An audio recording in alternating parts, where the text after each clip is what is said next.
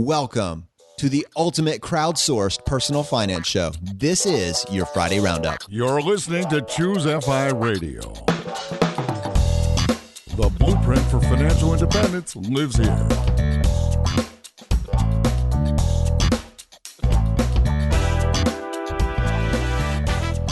If you're looking to unlock the secrets to financial independence and early retirement, you're in the right place. Stay tuned and join a community of like-minded people who are getting off the hamster wheel and taking control of their lives in the pursuit of financial independence. Choose FI, your home for financial independence online.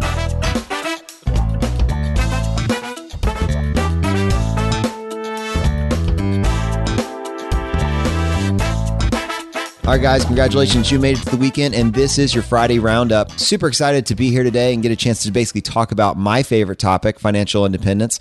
And to help me with this, I have my co-host Brad here with me today. How you doing, buddy? I am doing well, Jonathan. It is Black Friday, right? You ready to go out and shop?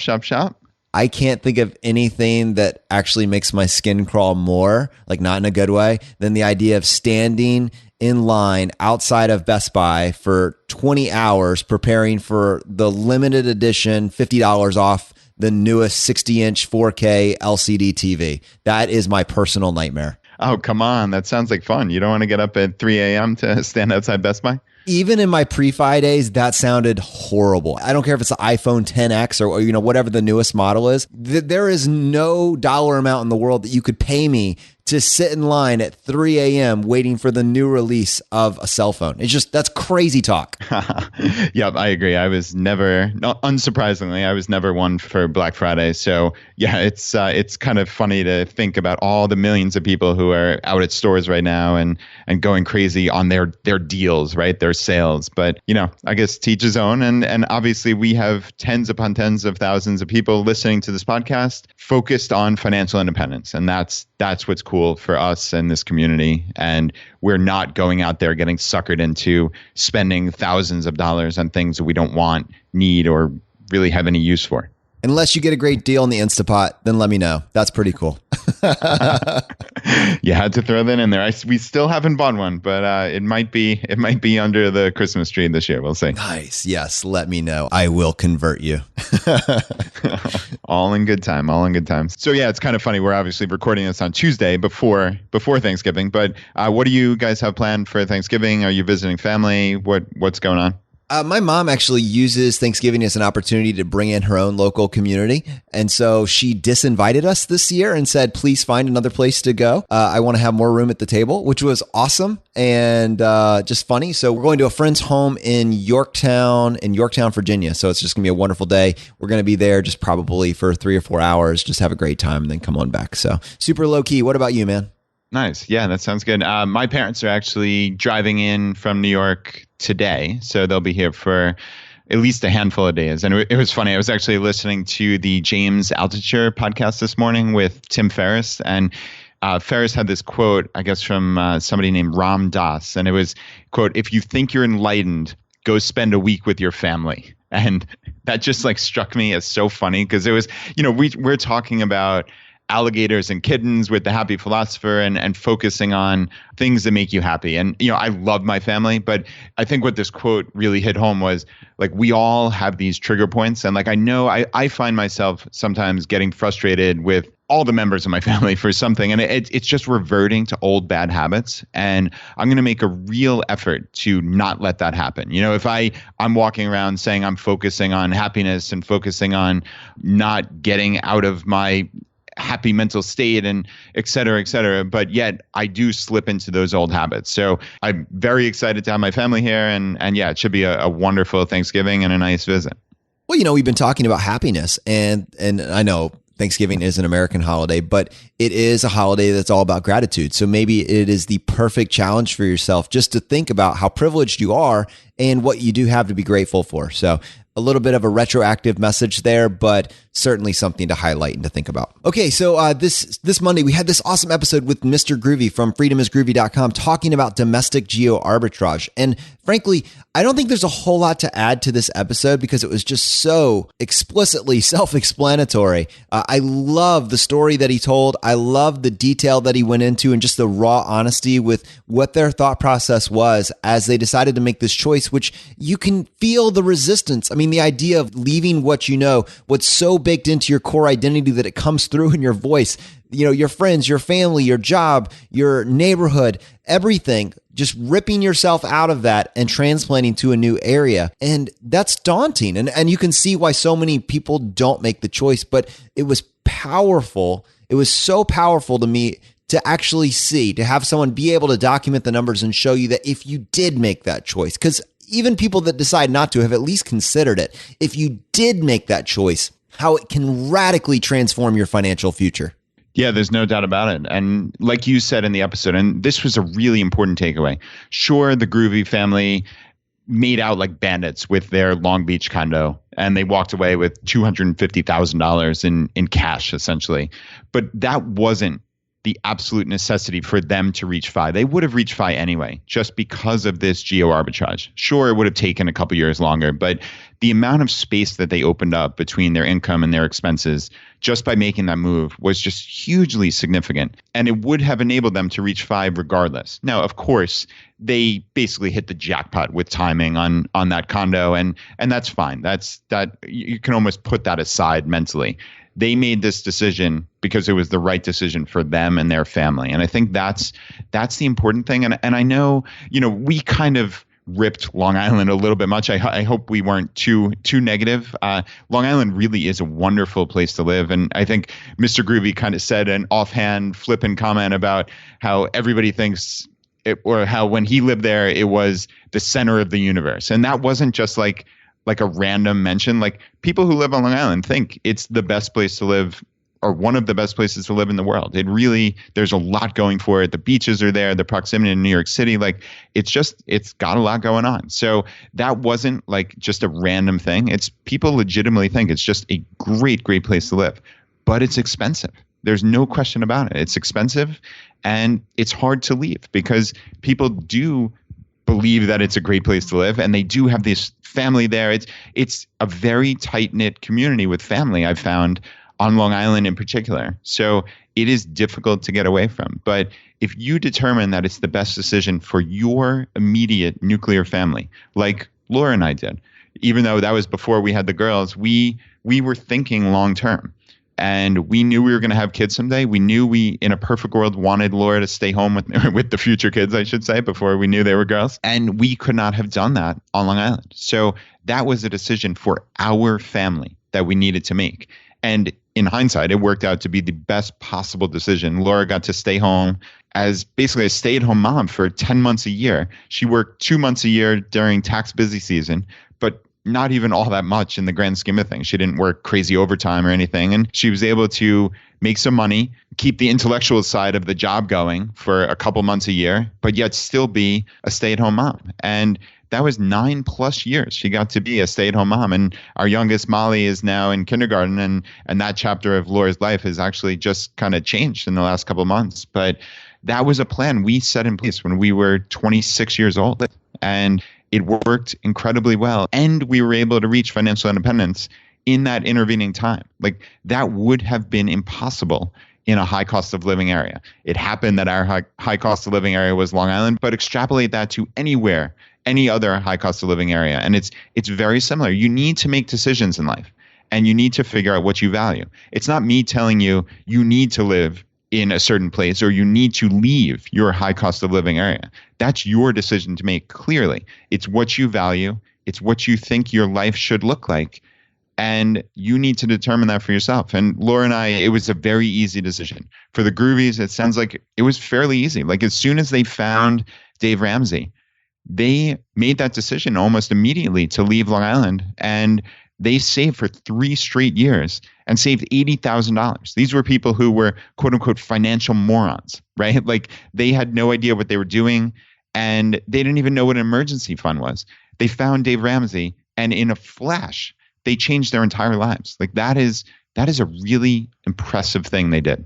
But, it was so well timed because the Friday before this episode came out, we released episode 49R, which was called the FI Festival. But in that episode, we unrolled the idea of seeing these local groups spread around the world. And we thought we're in this very unique position to basically add a level of organization to this where we can facilitate the growth and consistency of these groups around the world. And we can help people find a tribe of like-minded individuals that can help support this journey to financial independence through really a variety of different ways.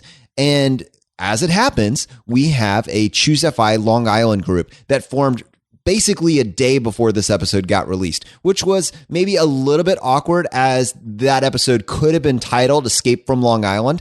It wasn't really the intent. And in fact, I actually, in retrospect, I love the fact that we had this Long Island group because more respect to the people that are staying there. They've done the math. They realize that the numbers make it much more difficult. And they say, this is where we live. We're going to make this work. And we're going to do it here in Long Island. That is something worth highlighting. And we're saying more power to you. And how can we support you? And I think that the local chapter has the ability to make life more efficient, to make the path that they've chosen just slightly easier at the margins by showing, how do you optimize your specific city? How do you extract the most from your specific city? And in my mind, you do that through the power of community. Yeah, there's no question in my mind, Jonathan. This network of Choose FI local groups that we just rolled out the concept on Friday, right? Like there were a couple of groups in existence before then out in California, actually. There was San Diego and Los Angeles that I know in particular. And just in the last 3 to 4 days, there are now 62 groups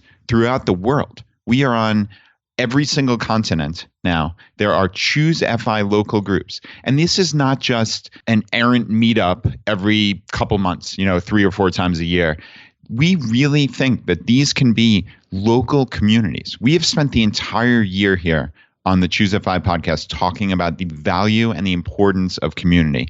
And this is the transformation and the next step of making that from, okay, this is just a great idea. And Brad talked about it on the podcast that he likes to go to FinCon and Camp FIs, which are fantastic. And I hope everybody gets to go. But it takes it from that to we have local communities in every single city throughout the world. That's the vision of this, because the fire really is spreading, as Jonathan would say. And we see it on this huge hockey stick trajectory. And it's when you get local people and you see others modeling this behavior in high cost of living areas like Long Island or low cost of living areas like Charlotte and Richmond and everywhere in between, right? Like when you see how people are getting to FI in your local area, it emboldens you. It makes it real. And you share notes. You share tips and tricks and deals that you've seen. Like on our Richmond group, I had mentioned this in the podcast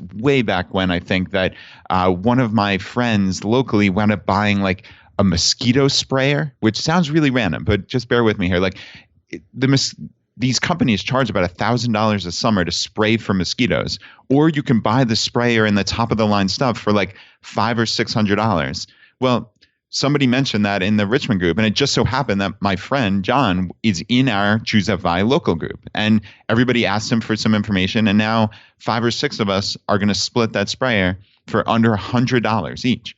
And that's just a cool thing. Like that's what I'm constantly talking about also is, why do we each need, on my block of 10 houses, why do we each need a lawnmower and a wheelbarrow and a rake and all this other nonsense when it sits idle 99% of the time, right? Like if you have a community, a true community, you can share things. You can become so much more efficient. Like, and not only that, but when we travel throughout the world now, and not just Brad and Jonathan, the guys on the podcast, but everyone in this community. Like if you go to Sydney, Australia, there's a Choose FI local group there. Right? Like you can get in touch with them and find out where to go, where to stay. Like who knows, somebody might offer up a spare bedroom in their house to stay. Like we have this incredibly powerful and vibrant community of like-minded people throughout the entire world. And I cannot overstate how important that is and what a game changer this is. It's even more than that, Brad. This is what future mastermind groups look like in your local community. This is what entrepreneur groups look like in your local community. This is honestly where you learn how to get the best of each individual city. And this is when you decide to make a choice to leave a high cost of living area, but you don't know anywhere else. This is how you can go about making that transition easier. You join a community that's in an area that you're considering, and you start to get a feel for where you'd want to stay, what sort of area you'd want to be in. I mean, the idea of mentorship to me is so powerful. The idea of finding just people that can inspire you and motivate you. And absolutely, let's have some potluck dinners. Let's have something informal. Let's have a movie night in the backyard. Let's have these wonderful, just family friendly events. But then aside from that, what if you want to start looking at, how do I explore this entrepreneurial mindset? What if I want to start exploring real estate in my local community? I mean, this is how you can get integrated with a group of like-minded people that are looking to just push the envelope just slightly. And it's very inspiring just to be able to find a tribe of people. Yeah, truly a tribe of people. And I mean, you're truly joining, as Jonathan likes to say, the stealth wealth community of that local area or the world, right? Like, this is a very self-selecting thing that we are people who think a little bit differently and view the world differently. And who doesn't want to join a community like that, right? Like, I feel like I've always been this little island unto myself of financial independence here in Richmond. But unbeknownst to me, there are dozens upon dozens of people who are in this community just in Richmond, and it's growing. Like, that's the beautiful part. It's like, once you have this community, well, you have a meetup and everybody can invite a friend who might be open to this. And, instead of it sounding like this insane idea that you read on the internet somewhere, they can actually speak with other people who are pursuing this lifestyle. And you can see how normal everybody is, and like how people are actually focused on the right things in life instead of just the standard meet and greet, how's the weather, what do you do for your living type deal, right? Like, so this can change everything. And Brad, if discovering FI is a superpower, joining a local group is like joining the Justice League. How many people will get that out there? I like it. well, the FI community also selects for the occasional nerd, so there should be a few of us. Nice, very, very cool. And yeah, I think we have something like 62 local groups that have now popped up just in the last 4 days, and every hour or so, it seems like someone is popping onto the Choosify Facebook group, the larger Facebook group, and asking to create a new group, or how can I get started in Kansas City or Juneau, Alaska, or wherever it may be, right? And that's the cool thing here. Like, this is not stopping at 62 groups. I expect there to be hundreds of groups. And what we need you to do definitely is to head over to choosify.com/local. And you can see the entire list of the existing groups. And if there's one in your local area, just click on the link and just request to join that group, and you're in. You have that local community. Let me just put this out there now, because I've been having these conversations one-on-one. If you are interested in being the admin of a group because you don't see one and you'd like there to be one in your community, just reach out on our Facebook group. Just go to choosify.com/Facebook to join our private group. And then we actually have an admin team of all the administrators of the local groups all around the world. And in that group, we're actually working to figure out how can we make these groups better. So if you're thinking, well, I don't know if I would be good at being an administrator of a local group, I don't know if I have a big enough personality to handle this on my own. That is not the point. There's something extremely valuable in having a placeholder in place now. And then we get a team of people in each individual area that are willing to help facilitate that. So the load is very easy. You can be as engaged or as laid back in that process as you want to be. But the idea is we help each other. And then you learn not just from what you're doing in the specific community that you're in,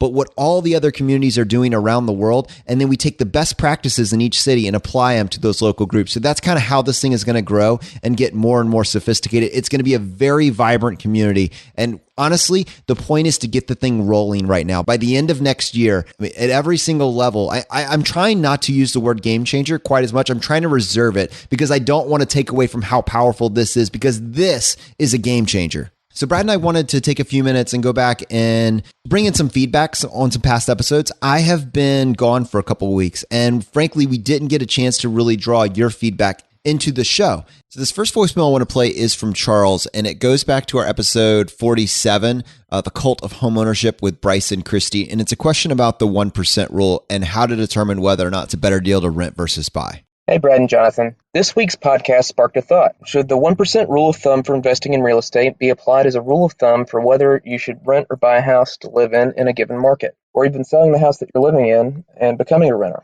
I'd like to hear your thoughts on this. Charles, thanks for the question. Actually, I think it's a great idea. I think that's something that we'll have to explore. We could probably turn that into a whole episode, and I might even try and get Coach Carson to weigh in on this, and maybe also Big Earn from Early Retirement Now. But I love the thought, and I want to tell you, it's something that I've been thinking about as well. It seems like it might be just a great barometer of which way you should lean to. And we'll put a link in the show notes to episode 16, which was our episode on house hacking with Coach Carson, in which he unpacks the concept of the 1% rule for you a little bit. So I think that is a great suggestion. But I want to take a second and use this question as a platform to address something else. I think Brad and I were the epitome of arrogance when we did an episode on homeownership, buying versus renting.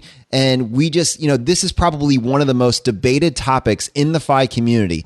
Probably number one is lump sum investing at the peak of the market versus dollar cost averaging. And then right behind that would be, which is better, buy versus rent. And Brad and I, for some reason, thought that we would be able to come on the scene and with a single episode, solve it once and for all, which is just at its face laughable. And if anything, we just got the conversation started. I love the conversation, but I think it's right to point out that we did not drop the hammer on that episode. We highlighted the value of doing the math on renting versus buy. But ultimately, I wanted to come back and say for the record that it is very situational, and you really do need to do the math in every single situation. And then on top of that, add in all the lifestyle factors which can affect that one way or the other. And frankly, sometimes it's going to be the right choice to buy. You could be in a low cost of living area, scoop up a house for $40,000, which means you're putting $4,000 down, and then you have that set. And then you add in all the lifestyle factors that go along with that, the security, not having to move, being able to make renovations, that sort of thing. And it's an obvious choice. And in other cases, you're paying $450,000 for an entry-level fixer-upper, and it doesn't make sense. It absolutely doesn't make sense. So you need to do the math in each specific scenario. Yeah, and this episode definitely got a ton of feedback, both positive and negative. I think Jonathan's right. We did a bad job with this, frankly. If the plan was to make this the open and shut case for owning or not owning a home. And honestly, that wasn't my intention with this at all. It really wasn't. It was just like a conversation with Christy and Bryce, who were these really fun, interesting people, but they have a very strong opinion. And I think where Jonathan and I went wrong was that we didn't ask the hard questions. We just kind of went with the flow because it was a fun conversation, and that was that. And we didn't really dive into, as a true interview, pluses and minuses. We were just having a conversation. I think it was a good episode, frankly. Like, listening back to it, it's interesting, and we got their point, but there was no counterpoint. And I think that's the issue, where we made it that this is the open and shut case that owning a home is bad. Well, I don't think that's the case, right? Jonathan and I both own homes. Many millions of people own homes. I think they were trying to say the math doesn't always work. And also, more than that, we have all been kind of societally brainwashed that owning a home is the only way to go.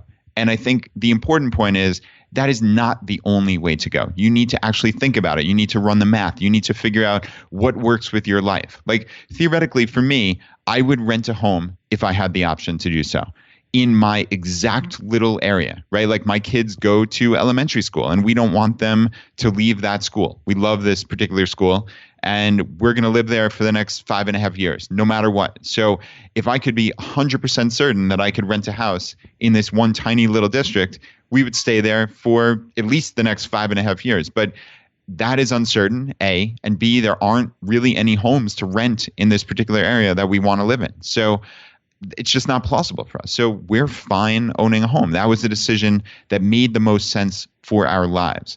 But I didn't make that decision as, oh, my home is a great investment. It may or it may not be, but it's the right decision for our lives. And I think that's really the point that Bryce and Christy were trying to get across, is like, you need to look outside of what has been societally pushed down your throat and say, like, okay, the entire value of life isn't about owning a home and having a 30-year mortgage and being stuck someplace. It's about having options and doing the math. So they're very bullish on doing the math. And I think that's really the point. So again, just to end this conversation, like, this is not be last word on home ownership. We're going to have like a real in-depth, I suspect, a roundtable with people of differing opinions and actually people doing the math, like Big Earn. I know he came out with a spreadsheet after listening to our episode. So we need people like that to sit around a table and have a discussion and let everyone hear and make their decisions. So we pledge to do better on this particular topic in the future.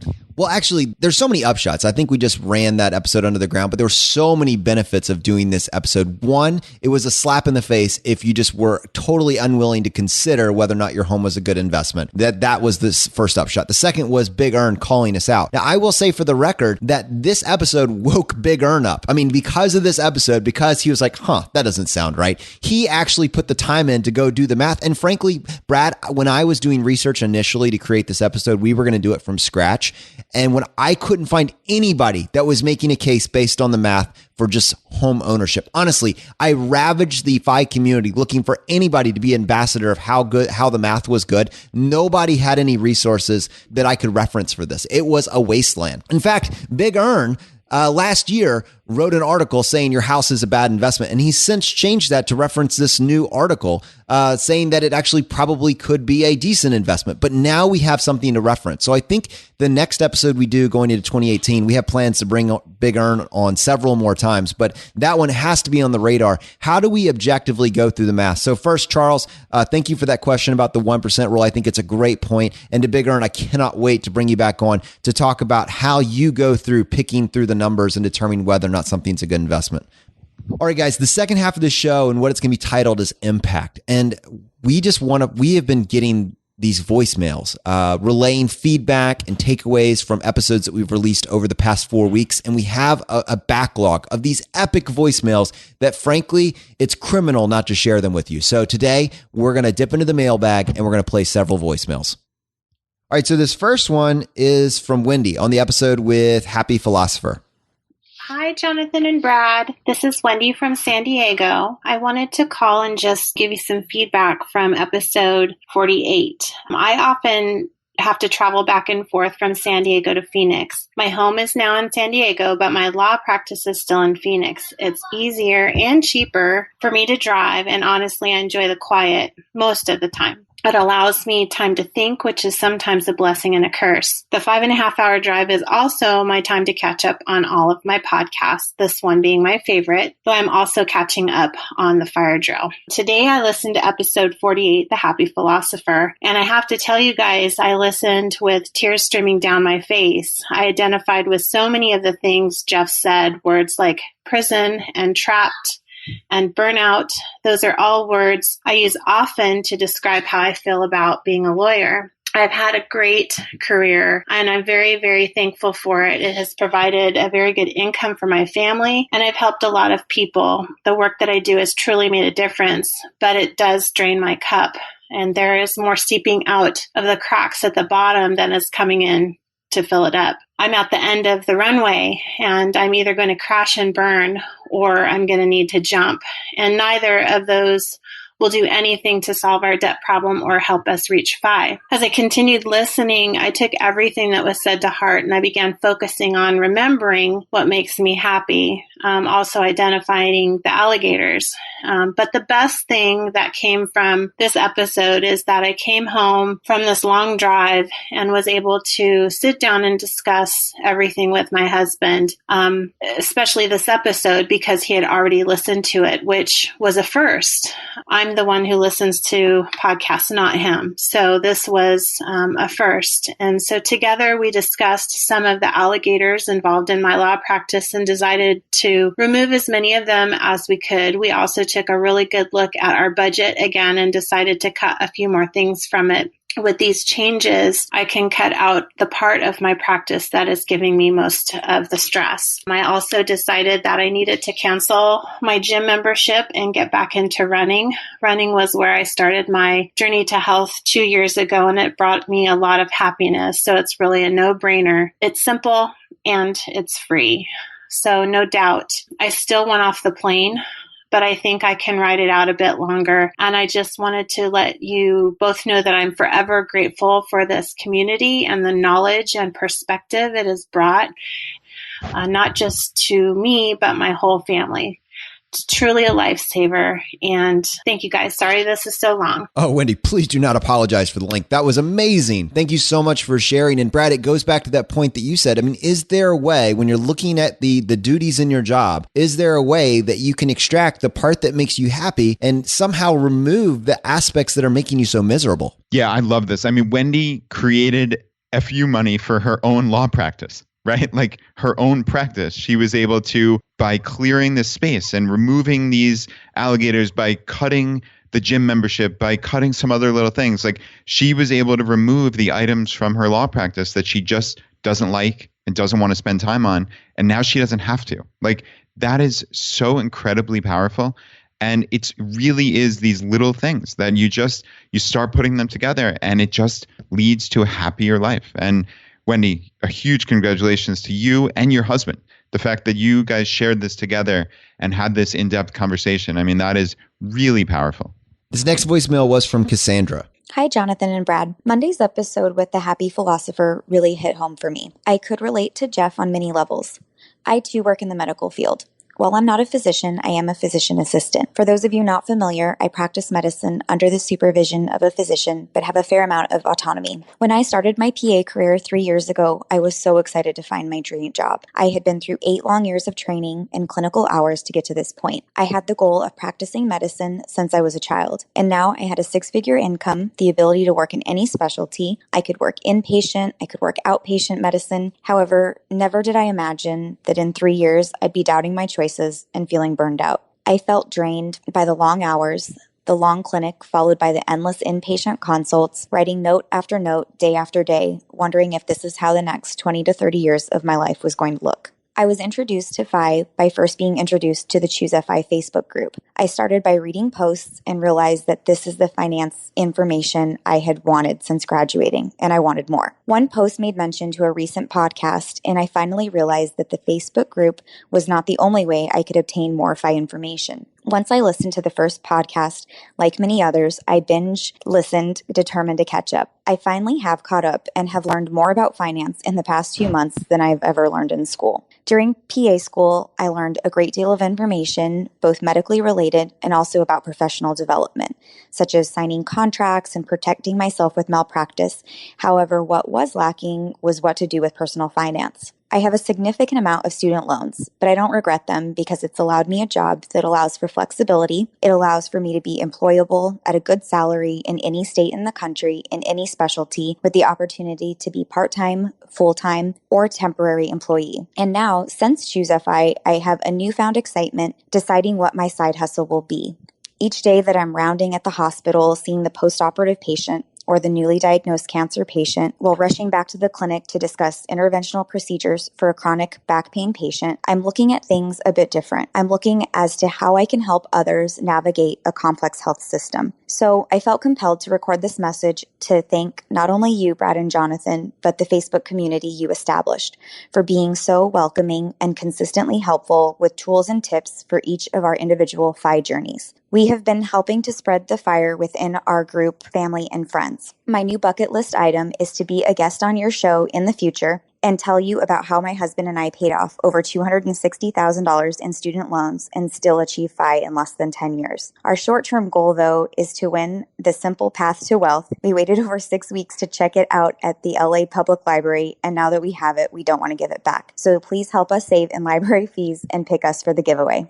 Thanks, guys. Wow, Cassandra, that is so inspiring. I just wanted to let you know I went ahead and reached out to JL Collins, and he gave me a free copy of his audiobook that he wants to give to you. So we are going to just go ahead and send me an email to feedback@choosefi.com, and I'll send you the link to that. I have a free audiobook for the Simple Path to Wealth that I want to hook you up with. That is incredibly inspiring. The other part of that, Brad, did you pick up on the part that once you separate yourself from the hamster wheel, you separate yourself from the daily grind of just surviving this existence, you move from this mentality where you're concentrated on all your own problems to the place and time where you realize, how can I start looking at the world as almost a puzzle? And you start thinking, here's a problem. I wonder if I could fix that. And I wonder if maybe I could turn that into a side hustle. I mean, it's just a much more creative way of looking at life. And thank you so much, Cassandra, for taking a few minutes just to share your story with us. And Cassandra, one item that you touched on in passing there was about how you had 8 years of education to be a PA, but you never learned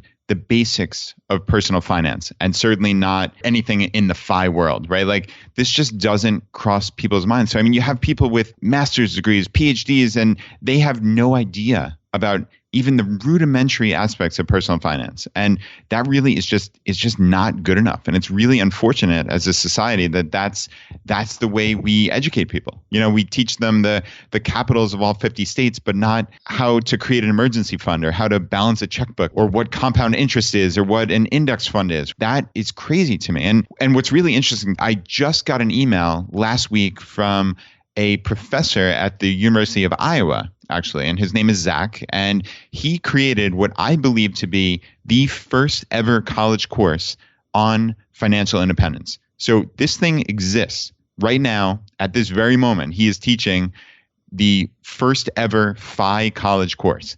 And I jumped on the phone with him, talked to him for about an hour, and it's just super exciting what he's doing there. Like he created the entire curriculum himself. He saw a call from the university to have professors find and create these one credit courses on topics of interest. And he decided that financial independence was something he wanted to teach his students. And he created this course. And I think there are about 30 university students in his class, and this thing is happening. And what's neat is I also spoke with a professor at the University of Richmond who's interested in doing something similar. And I know we have dozens, if not hundreds, of university professors out there listening to this podcast who may have thought in a fleeting moment that they wanted to do the same. Well, we have a growing network of professors who are looking to create a FI course and spread it throughout the American university system, basically. So if you're interested, reach out to me. So send an email to feedback@choosefi.com, and I'm going to try to create this network of these university professors who can all share ideas, topics, etc., help iterate even quicker than if they were just doing it as an island unto themselves, right? As one professor. So I think this is yet another of these like major steps forward for getting more people to learn about FI and, you know, personal finance just generally, right? Like that will help society. So we're talking just on this episode about creating local communities, right? Like now we can get into university settings and teach college students before they go out to their first job. And I hope that this extends to K through 12 education as well. Like these are the plans that we have for this community. We truly want the fire to spread, and this is yet another way that it's going to happen. So yeah, reach out to me, feedback@choosefi.com, and this is one of my big projects for 2018. So I would love any professor. It doesn't have to be a business professor. Like just get in touch with us, and we can make this happen. All right, this next voicemail is from Phil. Hey guys, I'm 29 years old and I've been in the Marine Corps for 11 years. I did my first 10 years in the infantry and was fortunate enough to do several combat deployments with some of the finest men this country has to offer. That first 10 years really took its toll on me physically and mentally, but I kept my head down and I've made a career out of it. My wife and I have been together for over 10 years and are fortunate that we are naturally frugal people. My wife does like to do some occasional shopping, and we have done much international travel when I'm not deployed or training. Well, about a year and a half ago, I got selected for an officer program, which came with more opportunity and a generous pay increase. As I don't like stuff, and my wife is pretty frugal by nature, we wondered what we should do. Well, after bouncing around financial podcasts and forums, I stumbled upon Choose FI. I listened to a few podcasts, and I was absolutely hooked. I thought, this is it. This is what I've been looking for. I pictured my life in 9 years when I can truly retire and not start a second career as most military retirees do. I felt this rush. I felt rejuvenated, and I have slowly but surely got my wife on board with the frugal lifestyle.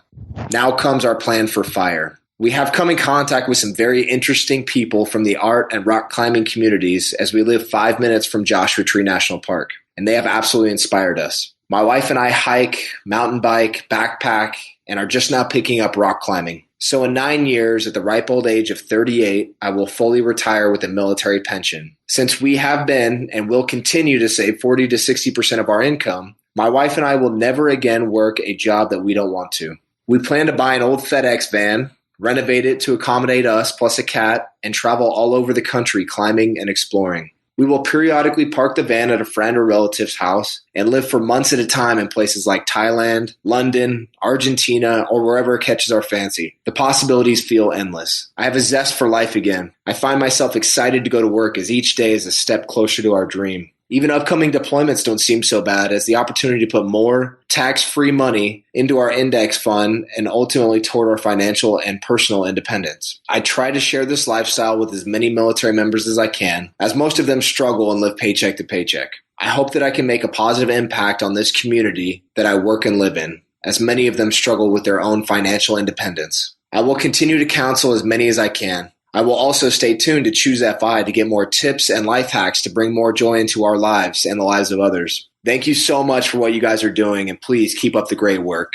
Take care. Wow, that is inspiring on so many different levels, Phil. Thank you, first of all, for your service, for everything that you've done. And I'm thrilled for you. I'm thrilled that you're excited. Every single day is a new opportunity. And you can just see that creativity comes into play. And while it's suppressed because you're just trying to make it through the next day, now you get to explore all the possibilities. And ultimately, what stood out to me is the fact that where are you going to be 10 years from now? There's so many people that come to this program and say, oh, this would have worked if I had just found it 20 years ago, 5 years ago, whatever. But you found it now. And the question you have to ask yourself is, are you going to be in a better place 10 years from now if you just take action, take that first step? That's what's so inspiring. And when you reframe things, you have the rest of your life for this stuff to benefit you. Take action. Get started today. Yeah, this was a great voicemail from Phil. And I found myself just leaning in, like the emotion and strength in his voice. Like, Phil, I don't know, you're a natural, like you should have a podcast, frankly. Like I wanted to hear more. It's amazing. Some of your quotes, I have a zest for life again. And this is it. This is what I've been looking for. And that is FI, right? Like it enables us to have that control and power over our lives again. And it just changes everything. And I just could not be happier for you and your wife. And it just sounds like an amazing life that you have set up in the future, and really, really happy for you. So this voicemail is from Laurie. Hi, Brad and Jonathan. I'm 55 and my husband is 57. We plan on retiring a year from now. I found the Choose FI podcast earlier this year when I was looking to learn more about my finances and retirement. My husband, who has told me for years that we're on the right track and is good at crunching numbers, had tried to explain our retirement plans without much luck. Choose FI, from the first podcast I listened to, removed my mental fog, and I was able to clearly read our numbers. We use Mint and see that indeed we were where we needed to be. Thank you so much for all that you do. Isn't it amazing when you finally have that light bulb moment and you realize, wow, we got this? Yeah, that was neat. Removed her mental fog. That's a great quote. So yeah, congratulations. That is really wonderful. And thanks for sending the voicemail in. Guys, I played these voicemails for you, one, because they're too good not to play, but also just to show you the power of just impact, and not the impact of Choose FI, but the power of FI, the power of this message, the power that it has to transform a life. And frankly, you are the ambassadors of FI in your local community, and it's time to start spreading this message. It's time to start letting people know that they can make a choice that can affect their life and the life of their kids, the life of their families, the life of their local communities all around the world. And it's not difficult. It just starts by being slightly more optimized and applying the concepts that we're talking about here, that the FI community is talking about all over the internet, just actually taking action with that information. It's great to consume it. It's great to listen to it. But today it's important to go ahead and get started. Take that first step. What's the one thing that you're going to do this week? What's the one thing that you're going to take action on that is going to have the ability over time to radically transform the life that you want to live into? All right, guys. Well, the holidays are coming up. We just had Thanksgiving and we're going to be moving into Christmas. And so I thought to kind of highlight this season of life that we're in right now, I could play one more voicemail for you today. And this voicemail is from Jessica. Oh, hi. So, hi, guys. My name is Jessica, and I have started listening to your podcast the last month or so. I'm really enjoying it, but I was thinking about different hacks that I do in my life, and when you had recently made a call out for life hacks, so I started thinking about my life and what I do. And I was realizing that I have a few things about Christmas that I do and I'm sure other people do them, but one of the things that I do is I don't decorate, and that saves me money. We have a Christmas tree, we'll get some little lights, but I have a toddler and, well, 2 toddlers. And so if you keep the decorations to a minimum, then there's less broken decorations and less decorations in other people's mouths, but also you save a lot of money. Another thing that we do is for presents for the kids. It's sort of like we got the idea from a minimalist blog, I think. They get 4 presents from us each, and it's something they want, something they need, something to wear, and something to read. So 4 things that are all kind of useful. And this year, the thing that we're getting them that they want is an experience. We're going to a local zoo, and we're going to have a fun day out and ride the little train around. So that's another way that we keep costs down and also keep junk down and keep the decluttering to a minimum that we need. The last thing that we do is Christmas cards. We do have family in a bunch of different places that love to hear from us around the holidays. So what we do is we take a picture, we take a family picture. We probably usually get a friend to take our picture or something like that. Nothing professional. But then I'll play with it and edit it on canva.com, canva.com. And it's kind of like a photo layout kind of website where you can make posts and put text on it and put little decorations on it. So I'll put, Merry Christmas from us and stuff like that onto it and tweak the picture a little bit. But then I can download that file and then print it on at Walmart for like 9 cents per card. And so they're really cheap Christmas cards. So yeah, so those are my 3 kind of Christmas life hacks. Save you some money, save you some stress. Hopefully that's helpful. But thanks for making the podcast. I really enjoy it. Keep it up, guys. Bye. Jessica, I love that. I wanted to let you know I was actually telling my wife, I don't think I said it perfectly. I was saying we need to do 4 gifts, but I couldn't quite remember the order of them. But I know that when I heard it, I was like, that's it. That's the sweet spot. We got to start getting closer to that. And then on the picture thing, we have a lot of bloggers that listen to our podcast, and bloggers are intimately familiar with Canva. It's a very useful tool when you're creating stock images for your website or social media. But that is an awesome idea to use it to create Christmas cards. I had never considered that. And so thank you for that really cool tip. I'll have to check that out. Yeah, that is a nice life hack. I like that. And yeah, want, need, wear, read for the 4 different presents. That's cool. I've never heard of that before. So thank you, Jessica. All right, guys. Well, unfortunately, that is going to bring this episode to a close. We like to finish every episode by doing a drawing for a copy of a book that we found useful. And we actually have 2 books that we usually do. We do J.L. Collins' book, The Simple Path to Wealth, and we do Dominic Cortuccio's book, Design Your Future. Honestly, we've said it over and over again. Just going to reiterate for those of you that are new to the podcast. This is just a nice, easy way for Brad and I to give back. We recognize that if you take time to leave us a written review, you're putting your stamp of approval on the show. You're letting other people know that you get value from it. And you're doing us more of a favor than we're doing you, but we just wanted some nice way that we could give back. So we do 1 book for every 5 written reviews that we get. And to enter that drawing, just go to choosefi.com/iTunes, follow the instructions there, leave us a short written review, and then just send us an email to feedback@choosefi.com. Just letting us know that you left a review and what screen name you left it under. And we announce the winners every week on the Friday Roundup. So Brad, how many winners do we have today? All right, Jonathan, we have 2 winners today. And the first winner is Aaron. And Aaron said, inspiring podcast. This podcast has been life-changing for me. I can really relate to Brad and Jonathan. They've really opened my eyes to the many paths to FI. I've listened to every episode and look forward to each Monday and Friday. Since binging all the episodes in the last 2 months, I've taken actionable steps toward cutting expenses and should be at FI in 5 to 7 years. Love learning tips on travel rewards and all the other life hacks. Keep the podcast coming. And our next winner is Katie. And Katie says, started listening to their podcast recently and binged it. I have found the missing puzzle piece in a life where I knew I was different when it comes to spending. I knew that I had other goals than those around me, purchasing houses and settling down. This podcast has truly left a positive impression on my life as well as the life of my fiance. We have had loads of conversations about what we want out of this life and how to accomplish our goals with walking down the FI path. I believe that it has just brought us further together, seeing as we have similar goals. My favorite episode so far has been the travel hacks, and I cannot wait to start implementing those hacks. Jonathan and Brad both bring to the table different perspectives, but that is what I found the most interesting. The fact that you don't have to go with the norm of everyday life and can find another way out.